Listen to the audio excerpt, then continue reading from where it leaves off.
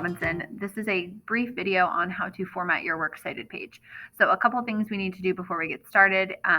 Just in terms of the format, you can notice that my Works Cited page is titled Works Cited, and it is in 12-point Times New Roman font. The Works Cited is centered on the page, and everything else is aligned right, as we can see here. So this is a good start, but a couple things I need to do first. First of all, I need to organize my sources in alphabetical order by either last name or by the article title, whatever I have. So obviously on this source, I do not have an author. It is the article title, so it is a closer look at universal childcare. So I'm going to go by the A. The authors here, even though there are multiple of them, the first one listed is J, so that's what I will go by. And then lastly, I have Deja et al. Here, so Deja is what I'm going to go by. So obviously, in order to put this in alphabetical order, I am going to move this one up so that it is in order. And there it is. So now I have A, D, and J all in order. So the first thing I'm going to do in order to format my sources is I need to make sure that with my sources, the first line is aligned over with the 1-inch margin, but everything else should be indented in about another inch. So what I'm going to do is actually use these blue ruler guidelines up here. If you can't see your ruler, make sure you hit view and then show ruler, and that'll allow you to use the guidelines.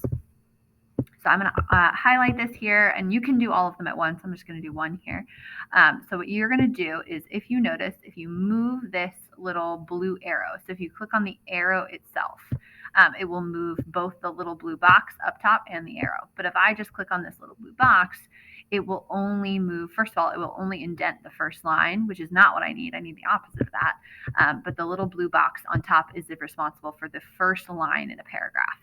So the easiest way to do this is to take the whole thing, indent it over about an inch, which moves the whole citation over, take the little blue box, and drag it back over.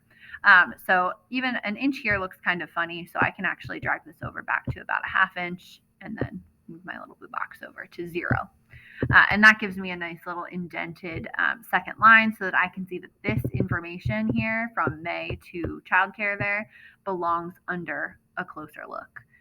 So I'm going to do that with the rest of them. Obviously, I can highlight multiple at once and do the same thing. So I'll indent about a 1/2 inch there to 0.5, and then I'm going to take the first line indent and move it back. And you'll notice actually if you hover over it, it'll tell you left indent and then first line indent. So if you're not sure, you can check again. So that is what my Works Cited page should look like as an end product. Obviously, you will have more sources than just 3, but this will work as a rule of thumb for as many sources as you need. I hope this was helpful, and when you are done with your Works Cited page, please make sure it gets uploaded with your paper.